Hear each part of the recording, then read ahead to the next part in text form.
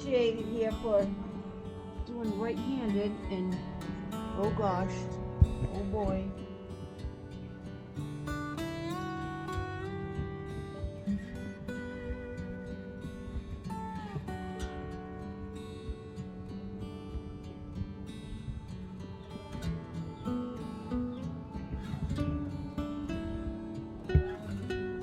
I don't know.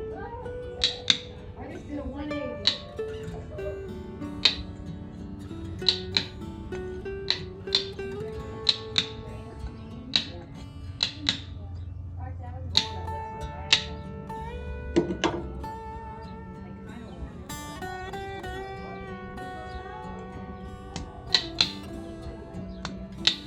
Cotton, basically.